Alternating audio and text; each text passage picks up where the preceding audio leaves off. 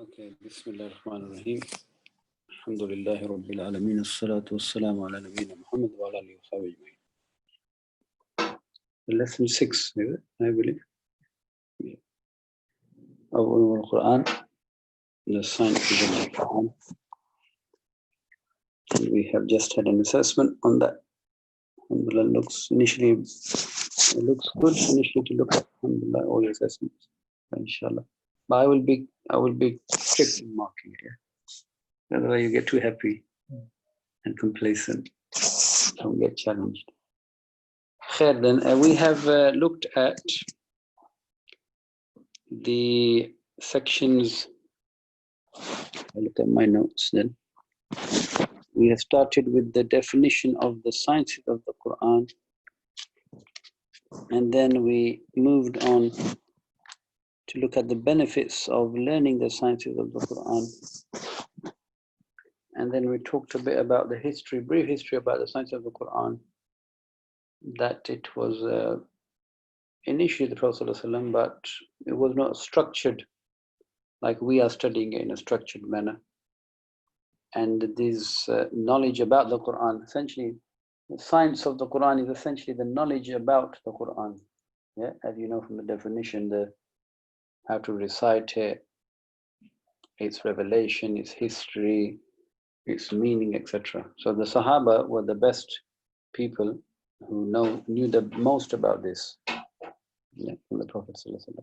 And then the Tabi'een, and we looked at different Tabi'een who were the students of the companions with one Allah Ajma'een. And then we moved on to talk about the linguistic meaning of the word Quran and the different derivatives it can possibly come from. We have then moved on to the technical definition of the Quran and the discussion on Kalamullah, the speech of Allah. And then the names of the Quran. We then looked at some ayat which tell us about the Quran itself, then a hadith about the Quran and the rewards of reciting and learning the Quran.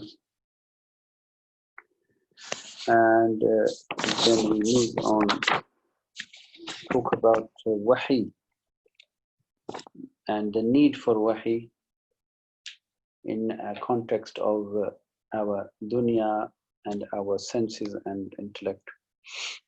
And we looked at a bit of the history in the West of the development of the history of the West in terms of their losing faith in religion. And then the linguistic meaning of wahi, how it's used in the Quran, and then the technical meaning of the word wahi and the different forms in which the Prophet ﷺ he received the wahi. And then we looked at the difference between Hadith Qudsi and Quran. Yes. And then we looked at the revelation of the Quran in 3 stages. First in Lawh al-Mahfuz. Another name for Lawh al-Mahfuz is Kitabun Maknoon in the Quran. Kitabun Maknoon. And then the second stage is Inzal. Quran was revealed completely to the lowest heaven in Bayt al-Izzah, and then after that it started to be gradually revealed to the Prophet ﷺ, which is Tanzeel, which is gradual revelation over a period of 23 years. And I think that's where we stopped, yeah? Okay, good.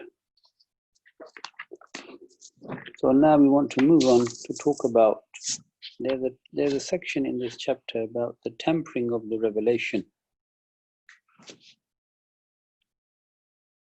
This really, I think better to talk about this, we can discuss it briefly now, but better when we talk about how the Quran was preserved and the miracle of the Quran. That automatically deals with this notion of, could the Quran have been tampered with, etc. Yeah. But anyway, in the book it mentions, I'll just briefly outline it, 4 things regarding this topic, and this is on page 79 regarding tampering of the Quran, where it talks about the first aspect is that angels, they do not do anything except by Allah's command. Yeah, but they only do what Allah commands. If you look at some ayat about this, this is Surah Al-Anbiya, which is Surah number 21, and the ayah is 27. So Surah 21, ayah 27, Allah Ta'ala, He says, لا يسبقونه بالقول وهم بأمره يعملون. They cannot precede him in word, meaning the angels, and they act by his command. So the angels, they do exactly what they are told. And Ruhul Amin, which is the next ayah, Allah Ta'ala mentions that Jibreel alayhi salam, he is Ruhul Amin.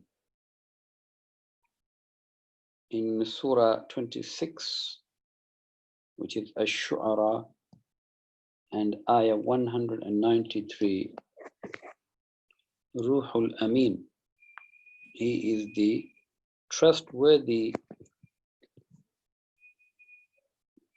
Ruh here means Jibreel alayhi salam. So it says Nazala bihi Ruhul Amin regarding Al-Quran.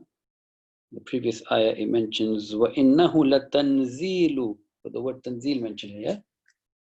Tanzil means what? Peaceful. Very good. Gradual over time, yeah? إِنَّهُ لَتَنْزِيلُ رَبِّ الْعَالَمِينَ. This is the tanzil of the Lord of the Alameen, of everything that exists. Nazala bihi Ruh, came down with it, who? Ar-Ruhul Amin, the trustworthy Ruh, which is Jibreel alayhi salam. So he is trustworthy, therefore he, number one, he is trustworthy. Number two, the angels cannot do or say anything. So this is one aspect of the revelation being secure from any tampering. One aspect. And this section, I don't know why they brought it here already, but anyway, it's because it's there, we'll go through it. The second is Allah, He guarantees Himself. Inna alayna jam'ahu wa Qur'ana in Surah Al-Qiyamah. Surah Al-Qiyamah. This is very important surah to know about for this topic. 75. Surah number 75. And the ayat are 16 up to and including 18.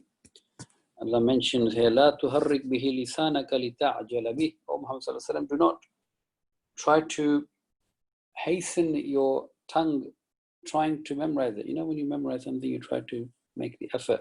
Allah Ta'ala is saying you don't need to do that. Why? Inna alayna jam'ahu. This is our responsibility, Allah Ta'ala is saying. It is Allah Ta'ala's responsibility. He will collect it in your heart. Jam'ahu. And Qur'anahu, and we will also teach you its revelation. Not only that, فَإِذَا قَرَأْنَاهُ فَاتَّبِعْ قُرْآنَ. When we have taught you the recitation, you follow that. ثُمَّ إِنَّ عَلَيْنَا بَيَانًا. And it is upon Allah to explain the Quran. You see that? So Allah Ta'ala in this surah, He is telling us, not only is the Quran, the Mus'haf, the Arabic text of Quran, preserved by Allah, its meaning will also be given by Allah. Yeah? ثُمَّ إِنَّ عَلَيْنَا بَيَانَهُ. Then it is on us to explain it. Many Muslims, they think that Quran is confusing because there can be so many interpretations. Yeah? You ask any Muslim, average Muslim, read the Quran with meaning, he or she would say, first thing that will come to their mind, unfortunately, is, oh no, I will misunderstand it, or it is, there are so many interpretations, what do I read? So what do you say to this person? How do you respond to this? Allah says himself, explain it. Therefore, That is, so you have to convince me now, yeah? so, I mean, if Allah says himself that it can be explained, or that Allah will explain it, therefore it must have been explained.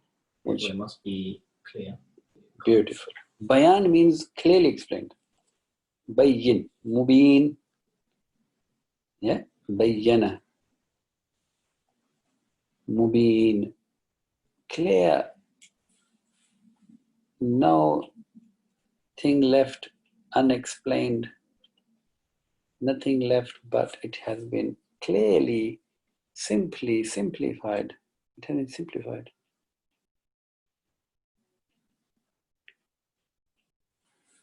Okay. This is one aspect of this. The other aspect is, if you go to Surat, you can see what I'm doing on this. So why are you not mirroring it? Oh, sorry, you didn't tell me that. I forgot. So let me share content then. And I'm under the impression that it's already mirroring. Okay, let's mirror it. Sorry, I thought it was being mirrored. Okay, so if you go to Surah, you can see it now? Surah Al-Nahl, but the Surah before that, Al-Hijr. Surah Al-Hijr. Surah Al-Hijr, Ayah 9. Surah Al-Hijr, Ayah number 9. Can you read for us, please, the Arabic? نحن نزلنا الذكر وإنا له لحافظون. Very good. Can you read the Arabic? Same, right? Same. إنا نحن نزلنا الذكر وإنا له لحافظون. Very good. Abdullah, read the meaning.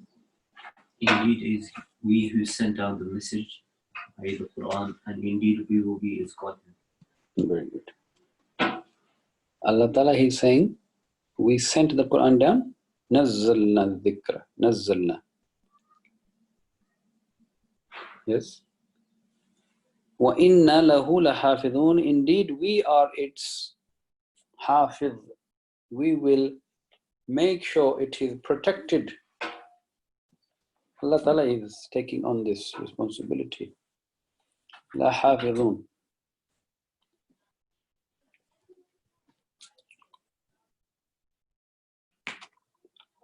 We should know this from the text of Quran so that we are completely convinced of this, yeah? We are 100% convinced, Mubin, because clear there, is there? Okay. So now you have to understand this and what I mentioned before in Surah Al-Qiyamah, Inna alayna jam'ahu wa Qur'ana fa idha qara'nahu fattabi' Qur'ana thumma inna alayna bayana. Bayana meant, what does bayan mean? Yeah. Clearly explain. So here Allah Ta'ala, He is saying in this surah, we will preserve and we will guard the Quran, yeah? So now we have to understand this with the next surah, Nahl, Surah Al-Nahl, Ayah 16. Surah Al-Nahl is surah number 16, and the ayah we want is Ayah 44.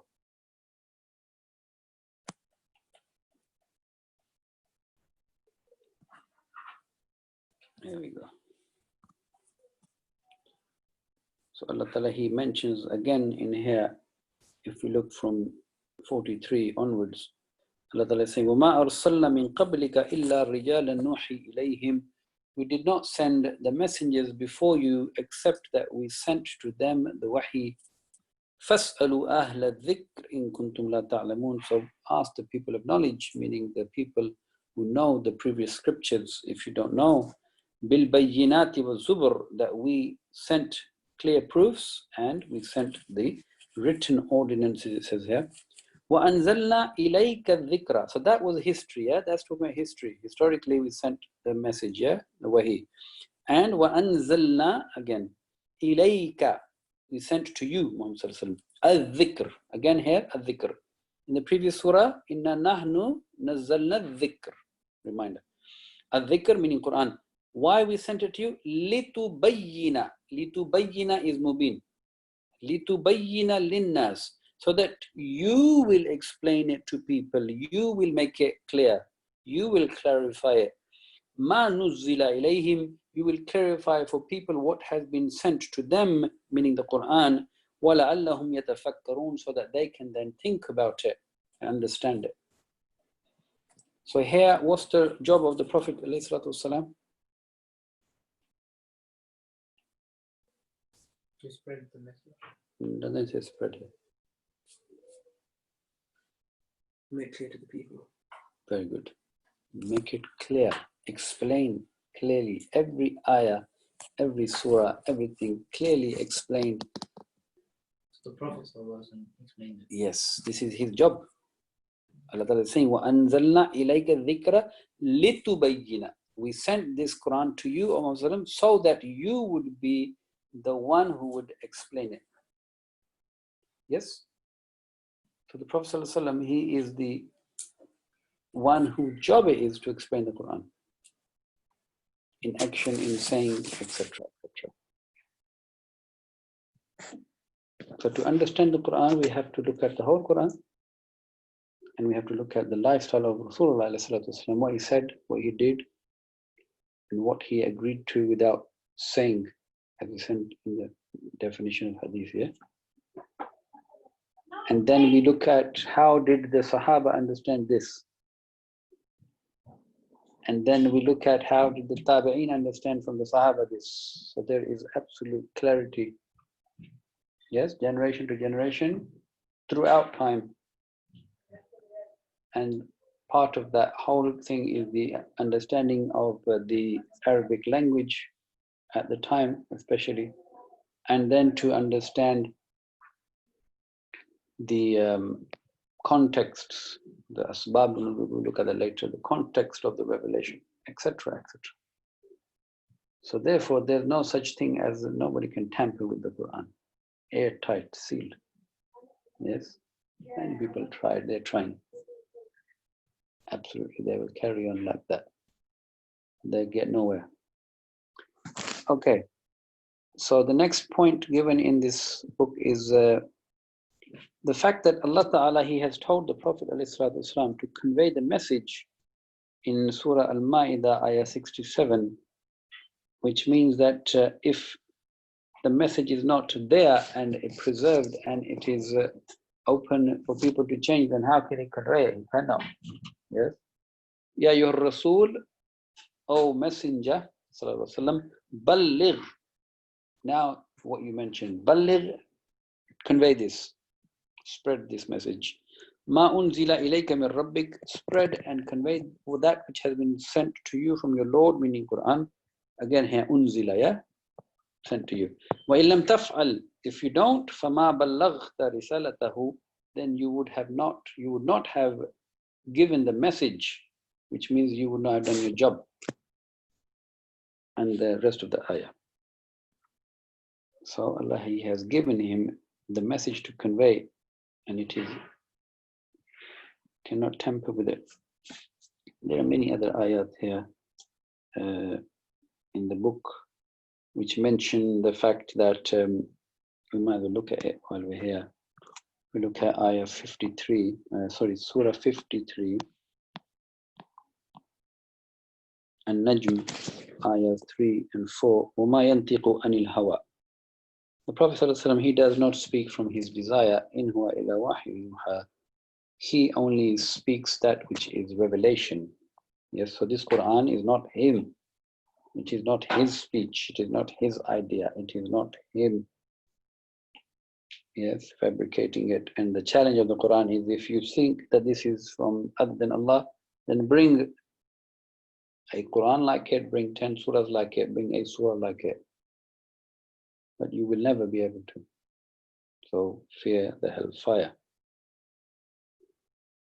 And the other mention here is that if the Prophet ﷺ in ayah, Surah 10, ayah 15,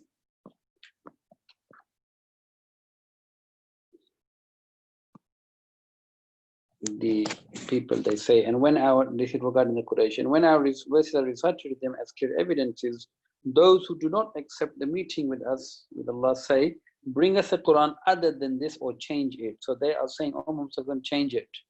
Yes, Allah Ta'ala's Rasul is saying, it is not for me to change it on my own accord. I can't just change it. Yes, this is not up to me. I only follow what is revealed, the wahi. And indeed, if I fear, if I should disobey Allah, there would be a punishment on that day. So this is telling us that it is not up to the Prophet ﷺ, yes, to change anything. And there is one more severe warning here. This is directed towards the disbelievers who were asking these questions. And the questioning is not to learn, the question is just to cause propaganda, etc.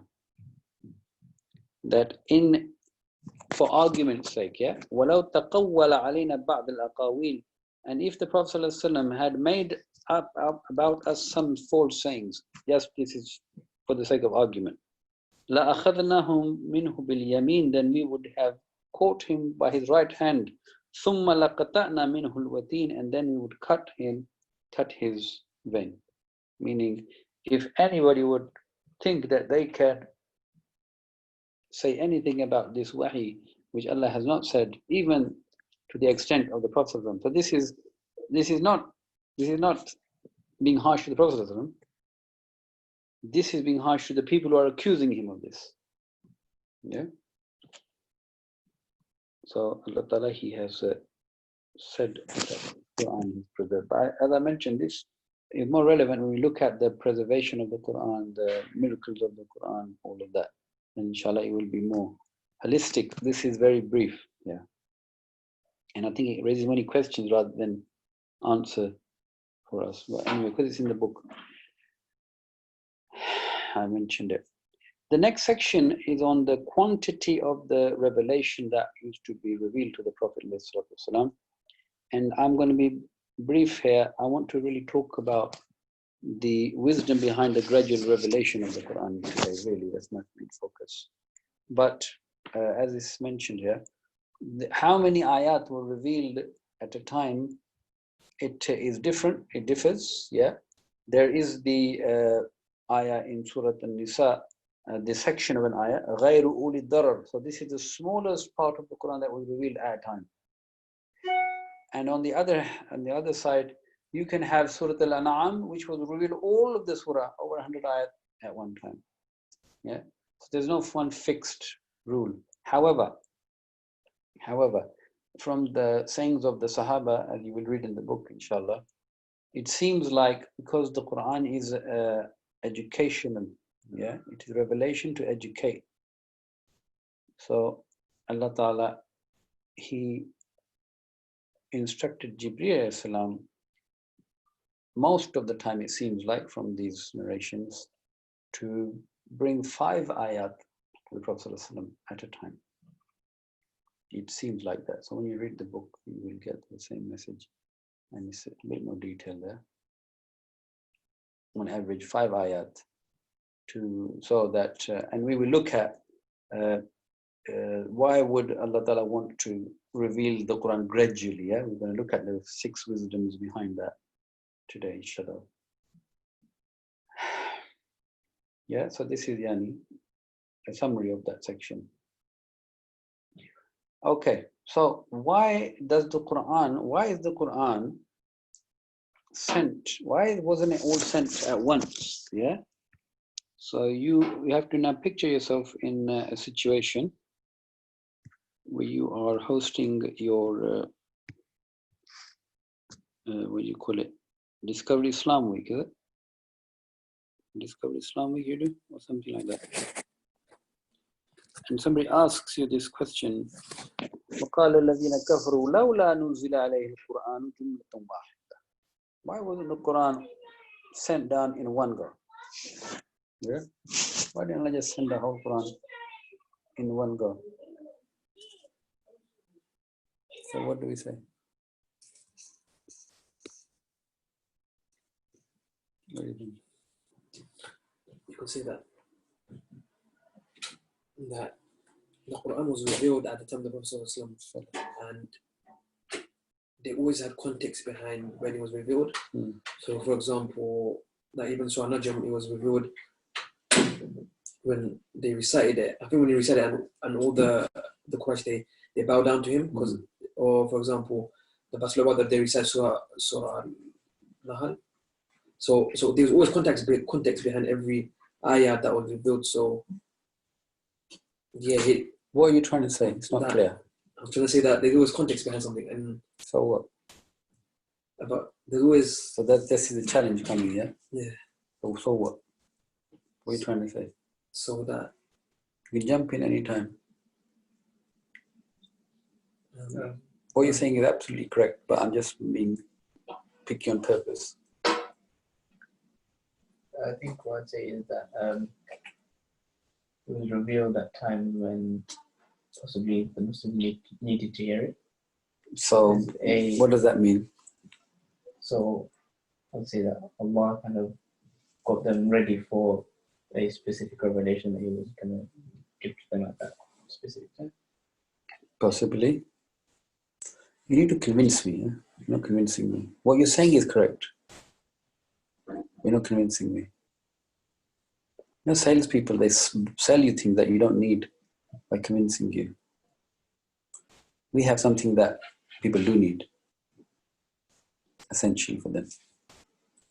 Abdullah, you want to add something? You know what the question is? Sure. You can repeat the question if you like. You can give the example of, like, imagine you're all of a sudden in some predicament, and then you ask for help or something, but you need help, and someone comes to you and they're like, oh, the solution to this was given in this book that was written before. And then you're like, okay, yeah. But then if at that time, all of a sudden, just a new, unique thing is like taught you that, oh, this is just been for your case, then it'll have more impact on you. You and me? Have more impact on you. Yes. So one of the wisdoms behind the gradual revelation of the Quran, we look at, there's a list here, is that, you know, when you have a particular problem, that's when you actually appreciate that solution and you understand it. Yeah, I'll give you a scenario, yeah? Your car hasn't broken down, yeah? Who gave you the advice about the car? One of these brothers? No. Your car hasn't broken down, but just randomly, one of your friends who's a car enthusiast, he says, you know what, if your car breaks down, you can do 1, 2, 3. Yeah, you might or may not listen to him, yeah? Because, okay, fair enough. But you break down and then you ring your friend. Now you will listen to him, isn't it? And you will understand him fully, properly, and appreciate and be able to apply it. So this is one of the wisdoms of Allah Ta'ala sending the Quran in gradual steps, that it was a guidance for you when you actually need it, for you to completely understand. This is one of the aspects of making it mubin, clarifying it. You understand, yeah? Clarifications through case studies, through actual need. Then you really appreciate it. So there are 6 here. Before we do that, let's look at this ayah. This is a key ayah in this topic. These 2 ayah, 32 and 33 of Surah Al-Furqan. وقال الذين كفروا لولا نزل عليه القرآن جملة واحدة. The disbelievers, they come to argue, and this Surah Al-Furqan is all about the Quran and their argument about the Quran. But their excuse is really not to believe in it. Why doesn't Allah send this Quran in one go, like He did the previous scriptures, yeah? The Torah, the Injil, Zabur, they all came down all in one go. Allah Ta'ala, He mentions, number 1, كَذَلِكَ, we did this, لِنُثَبِّتَ بِهِ فُؤَادَكَ. We did this to strengthen you, O Muhammad alayhi salatu wasalam. And when this is addressing the Prophet, this means the believers. And it means anybody who wants to benefit from this Quran, you have to study it bit by bit. So, لِنُثَبِّتَ بِهِ فُعَادَكَ, it means to strengthen your understanding, fu'ad, strengthen your resolve, your heart. Yes, because the Prophet ﷺ and the believers, slowly and steadily, they are becoming more and more and more strong and convinced and more guided as time is passing within the context of when they need that. So the Prophet ﷺ is being persecuted, and the believers, so he is being told about Nuh alayhi salam in Surah Ankabut. Surah Al-Ankabut. In this surah, Allah Ta'ala mentions that, do you think you would say we believe but you won't be tested? Because now they're being tested, yeah? So Allah Ta'ala He's strengthening the resolve of the Prophet and the believer by saying, look at Nuh alayhi salam, 950 years. This is one man. Is that clear, yeah? So to strengthen the resolve of the Prophet. Now there are many ayat given in the book, 1, 2, 3, 4, 5, 6, 7, 8, which you will read inshallah. Anything to add to that topic on strengthening the resolve of the Prophet and the believers? Why? How come the other books were? Yes, I don't know why, but all I do know is that they were revealed all together. There is a paragraph in this book that mentions possibly that the reason why the Prophet received it as he did, to show that this ummah and this Quran has a special status with Allah. Yeah, but that doesn't answer your question about how comes they didn't receive it gradually. Wallahu alam, I don't know. Yeah, so there's another. You make a note of the question. Yeah, if you send me the questions, then I will ask here, inshallah, for clarification. Okay, so second point is to aid the memorization and the understanding. So imagine, because you see this Quran is the last Kalamullah, yeah, revealed to us.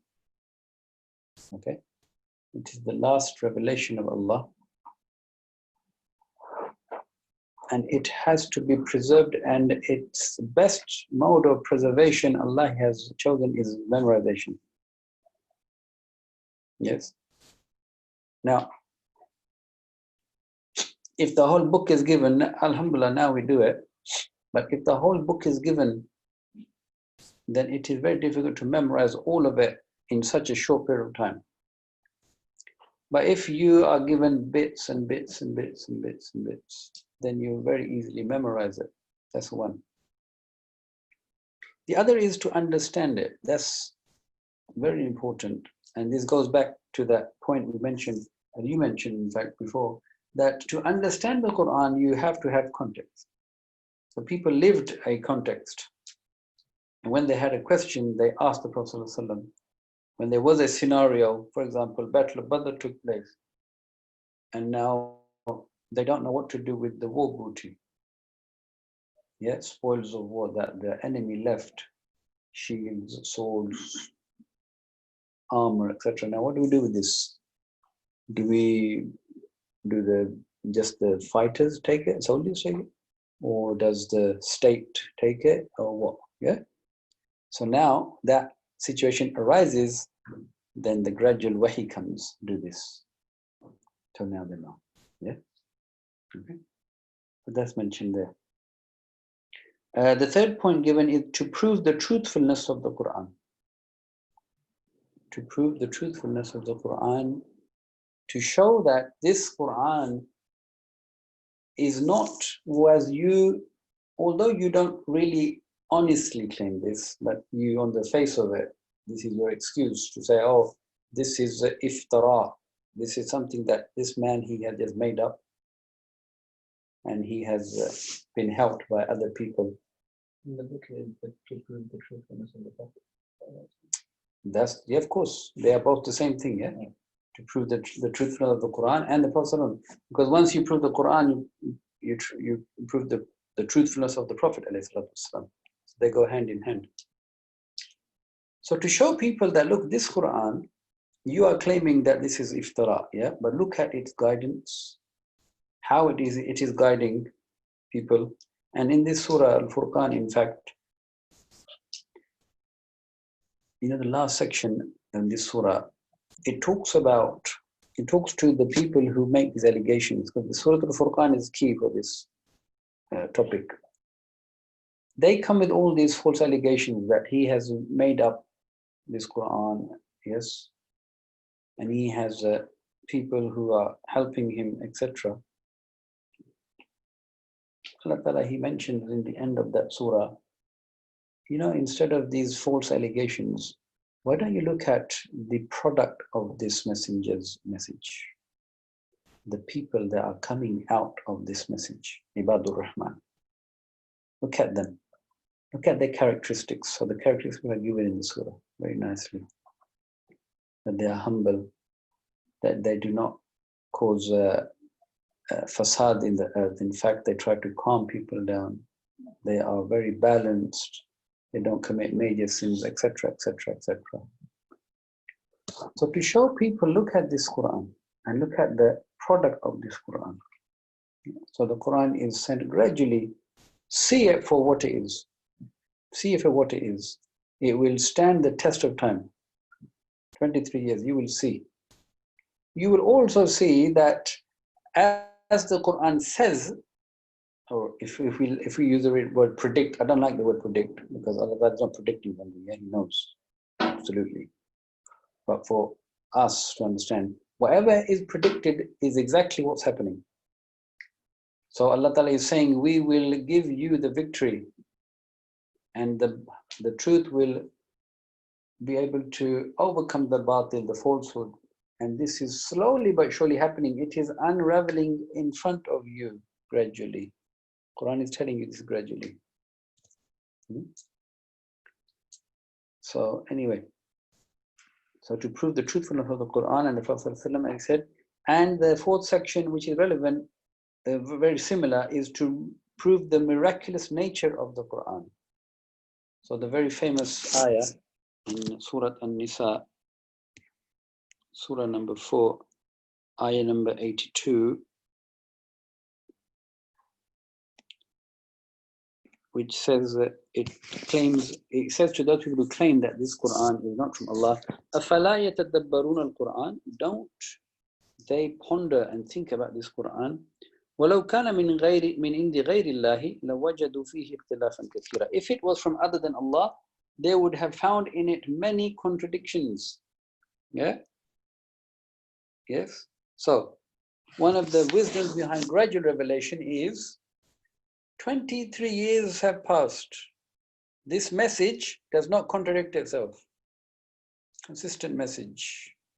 Nothing contradicts this message. And it's not some small message. This is 600 plus pages in the end, yeah? You will find no contradiction in this. But if it was a human endeavor, then you would find somewhere that something would have to be revised because there's some issue there. Yeah, a contradiction there. The other aspect of that is that Quran will never contradict known fact, established fact, known established fact. Unlike the scriptures that have not been preserved, like the Bible that people have is not the Injil of Isa alayhi salam exactly. It may have parts of it, yeah, but it is not preserved. Torah, same thing, not preserved. So Allah Ta'ala is saying here that this Quran over 23 years is being revealed, no contradiction in it, and with any known fact. So the main problem that the West had with religion was because the Bible said things that were scientifically wrong. Contradicts. Yeah. It contradicted itself within the scripture. If you read the whole scripture, you find many things contradict each other. Allah Ta'ala is saying that this is one of the wisdoms behind gradual revelation. Okay. gradual Sharia given to the believers. Gradual Sharia given to the believers. So Allah Ta'ala, He is guiding, because the Quran's whole objective is guidance, yeah? Guidance. And education, and if you like, training and upbringing, etc. And you can't do that overnight. You don't do that overnight. I mean, we could read the whole book. We could read this whole book in maybe a few hours, sit here and just read it. But how much would we gain from that? Not a lot. Allah Ta'ala mentions also in the Quran that Allah Ta'ala, He sends down the rain bi-qadarin. He sends down enough rain that the earth can absorb and utilize it. If there's too much rain, it becomes a problem because it cannot absorb it and benefit from it. Yeah. So the gradual revelation is building the believers from the ground upwards.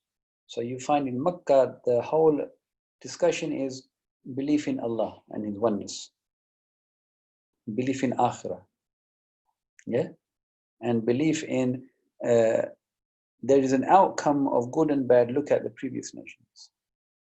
So Aisha radiallahu anha, she says that if the ayat which had the commandments of alcohol being prohibited, if they were revealed at the beginning, nobody would have left it, because they were not gradually educated and strengthened.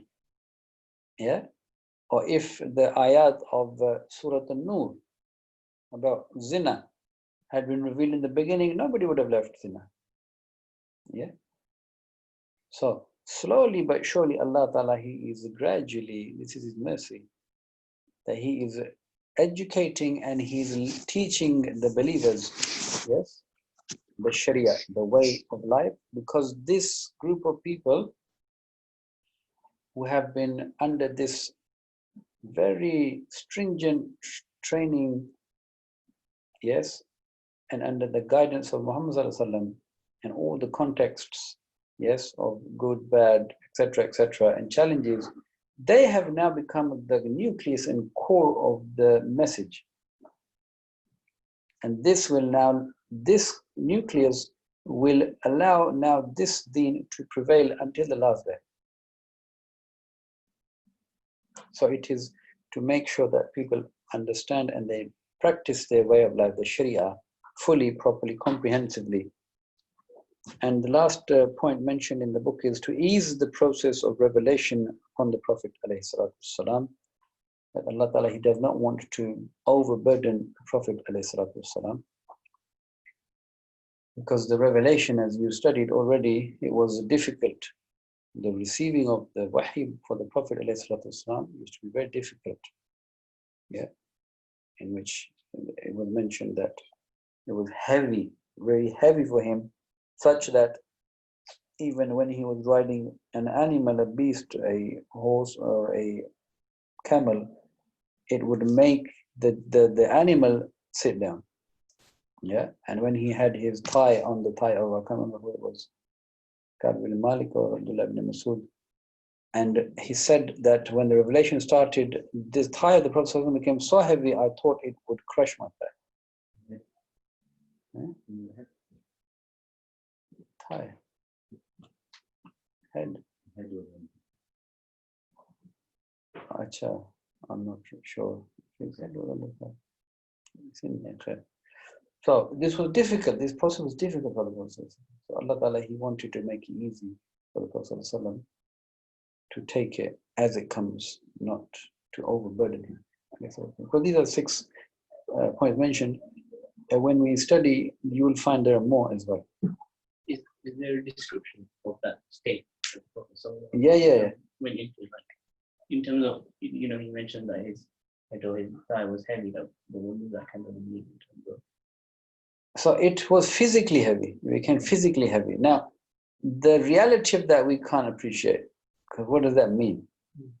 Yeah, because we are ghayr Nabi, other than Prophet, can appreciate the experience of the Prophet, a Prophet, and of course the Prophet ﷺ. But we say, regarding these matters, what we say is we say what it says. You know what I mean? And we understand it as it should be commonly understood, without trying to, yani, Allahu Alam. Allahu Alam. So these are the wisdoms behind the gradual revelation of the Quran, Tanzil. Any question about that? Anything to add? Can you convince somebody about this one? Sorry, you had a question. No, You're going to say something? Sure. I thought you were about to say something. Khair, Alhamdulillah. What time is it? How long have we been? 6:25. Yeah, that's good. We have done the session we wanted to do for today. So you could, with a bit of preparation, you could explain this to a non-Muslim especially. Our Muslim, why Quran has been revealed in steps gradually. Hafsa?